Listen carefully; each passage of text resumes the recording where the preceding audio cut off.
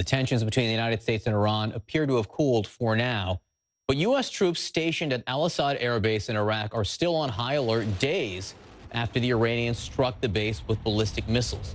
CNN's Arwa Damon is the first journalist to tour the base and get an exclusive glimpse into what it was like during those potentially deadly attacks.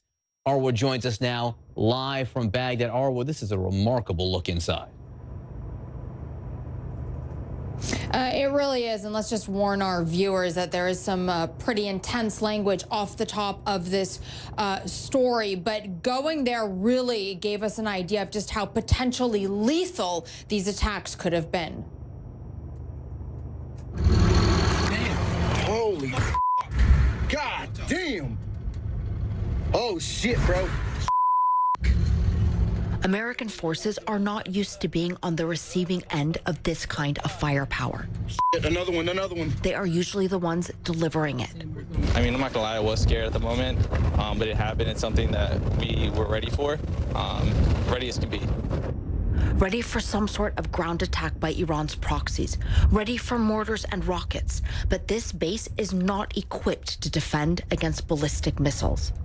On any other night, some of the 2,500 troops and contractors would have been in the areas hit. The ballistic missile reporting started to come in a couple hours before the event, and so at that point we were really scrambling on how to protect against that, and so it really came down to dispersion, putting space between people, and then also getting them into hardened bunkers just to provide that protection. At 11 p.m., those who could started to hunker down in bunkers built by their former enemy. This is a Saddam Hussein era bunker. It is. So we felt we'd be somewhat safe in here because it was designed to take, some kind of hit, or it was built for, ballistic missiles. At 1:34 a.m., the first missiles hit. And these doors, every time one of the missiles hit, the doors would kind of sink in.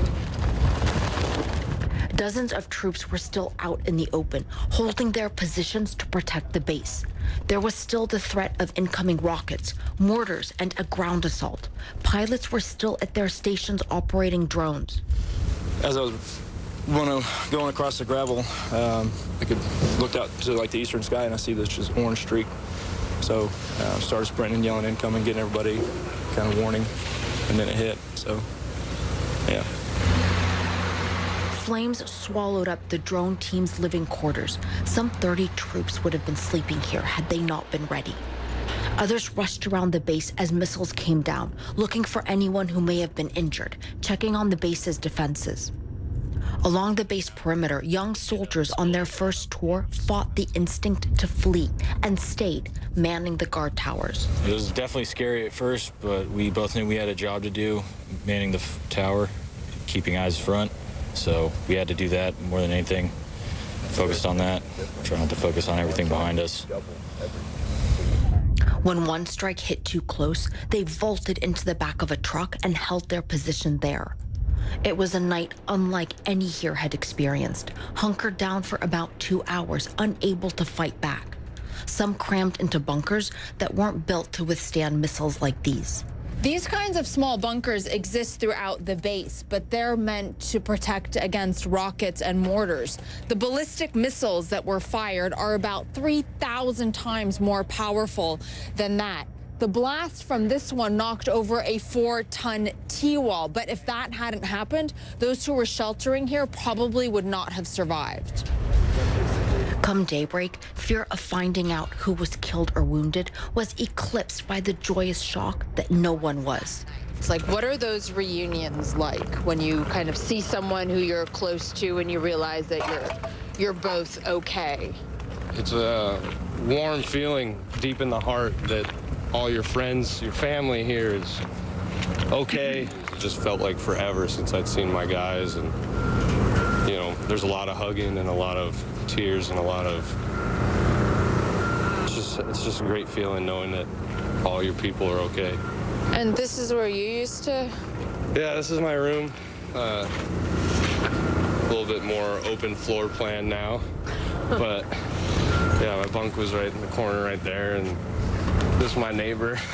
of here. Everything's obviously gone. It's just happy no one was inside, you know. It's kind of freaky looking at it like this, isn't it? Yeah. It's surreal. I'm not bothered looking at it. It's just, you know, it's a reminder. Threat still exists. I think, you know, we have each other. We had each other that night. And it's a brotherhood that will never break because of it. Does it change your perspective on life? It does. It does. It could, you know, it could be over in a, you know, in an instant. It really does. And it really makes me value mostly my team. The base is still on high alert. The dining facility is open, but people eat elsewhere to avoid a large crowd gathering. We got a little bit of notification. The military says they are ready for what may come next. Iran's proxies on the ground continue to vow revenge. Even for those who have seen war before, this was unlike any other battlefield experience. The overwhelming feeling of helplessness that comes with being under ballistic missile attack, to be at the mercy of the enemy, one that could strike again, even if it's not like this. And Allison, there's been quite a bit of speculation and analysts saying that perhaps Iran was trying to avoid U.S. casualties. Well, talk to anyone on that base and they will tell you that that most certainly was not the case. Arwa, I mean, your images, we just would not have been able to see that. It was so much worse than what I had imagined in my mind's eye in terms of the aftermath. And when you talked about that wall, that's where they were sheltering, and had that heavy cement wall not fallen, who knows what would have happened. I mean, that reporting is just really vital for us to see. Yeah, no question the missiles hit with deadly force wherever they were aimed at. Arwa, terrific reporting. Thanks so much for being with us.